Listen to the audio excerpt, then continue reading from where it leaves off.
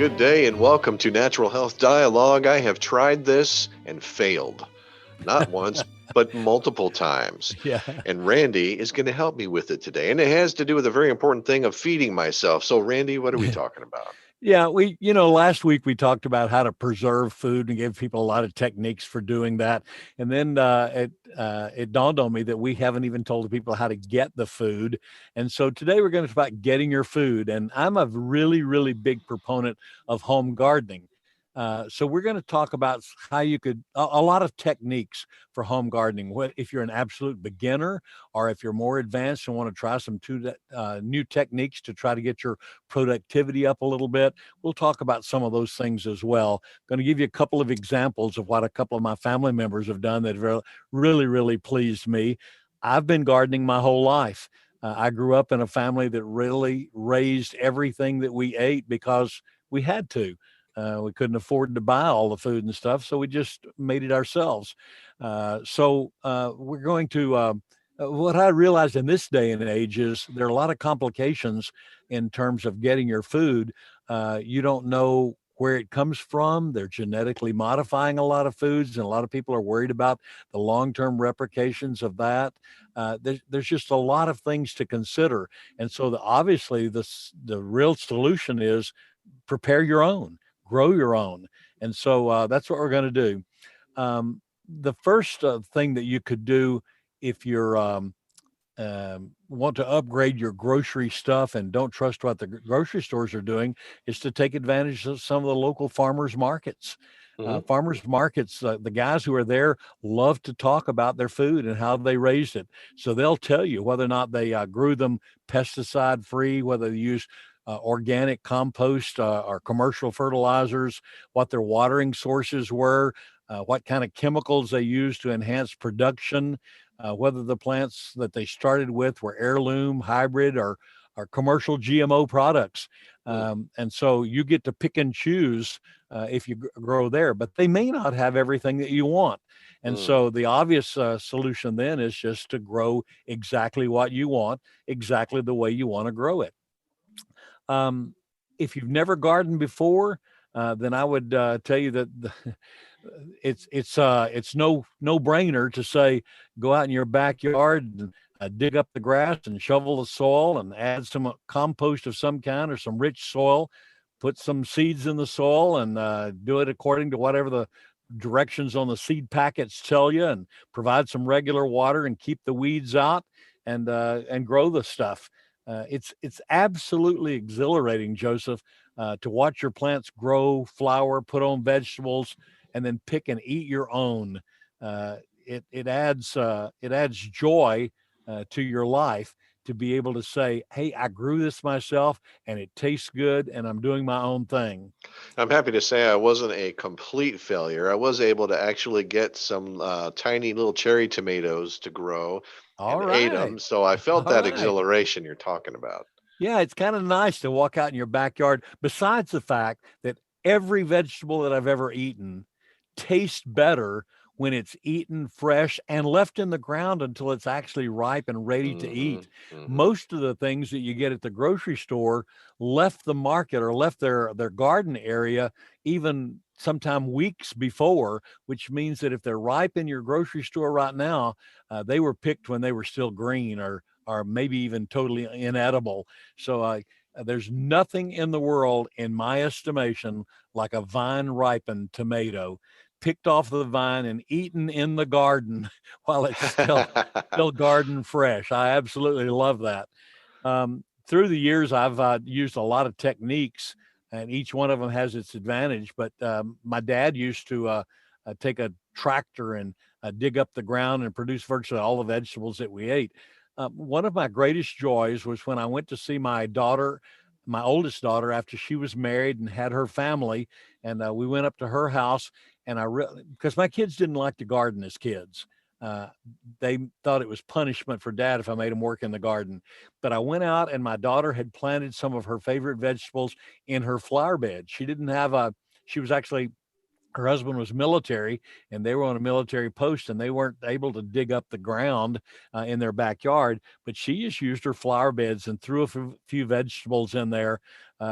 2 or 3 rutabagas and a couple of tomato plants, and she absolutely delighted in going out and picking those things and bringing them in and eating them or fixing them for her family, and the joy of having produced her own food.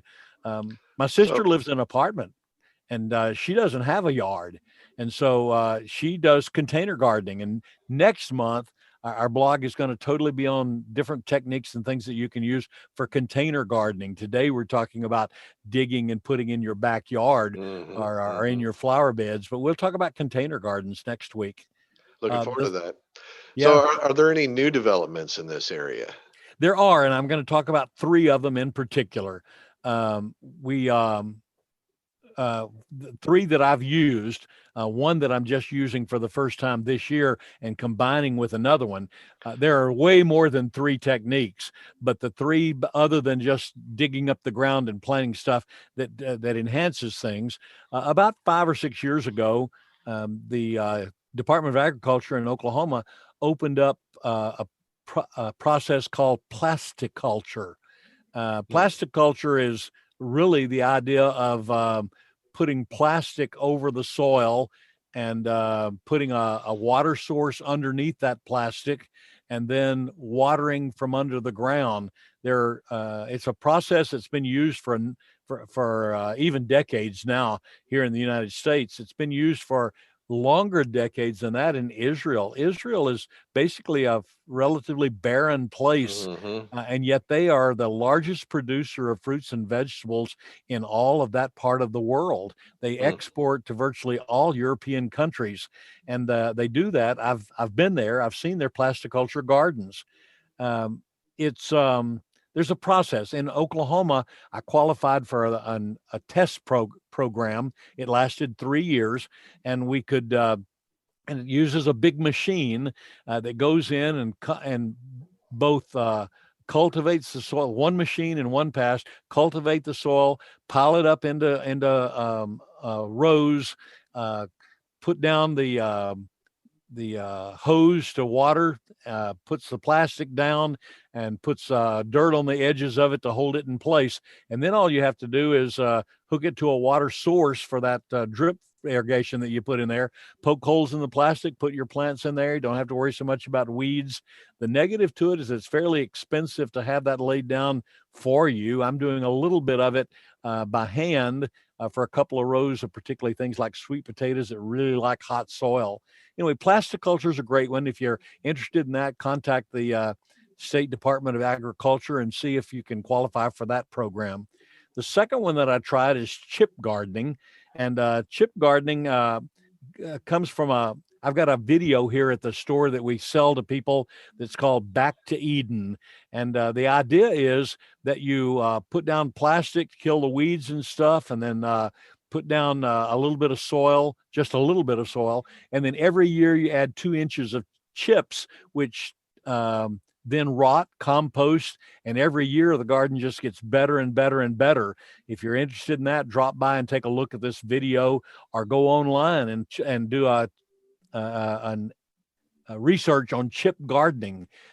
Chips are readily available here. You can go get them at garden centers or at the most every city has a place where they dump their chips and stuff, and you can go dig your own, or you can have them delivered, or you can go down to Norman and they'll for $10 they'll get this big machine that'll fill a whole trailer full for you in one big load, and you don't have to do the digging.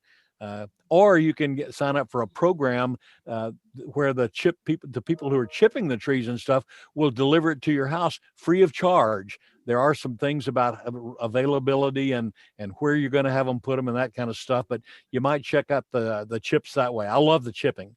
This year we're using a technique that I've never used before by a thing called Neversink Farm. There's some videos on YouTube. It's actually a plowless technique. They don't want to disturb the subsoil. It's done. Neversink Farm is a farm in the Northeast that boasts the most productivity for square foot of any other gardening spot in the state. And so you can go to YouTube and look at videos on Neversink Farm. We're going to try this year. My technique is going to be and I've already started the gardening process. We're going to use the no-till, but after we get our seeds in the ground, we're going to add chips around them as well.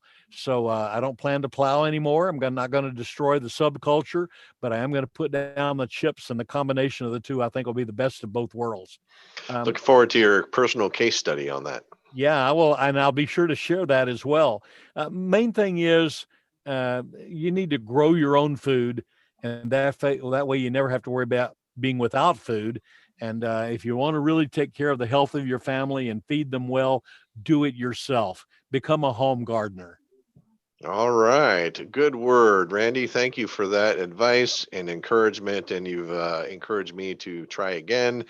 And maybe I won't fail this time if I use some of your advice here. You know, the thing that I tell people all the time is that the only thing that limits the size of your garden is how much time do you have to put into it, how much work do you have available, what kinds of things do you want to plant. You get to determine the size, the quality, and all that kind of stuff if you do your own home gardening. I really do encourage that to all of our listeners. Put a garden in your backyard.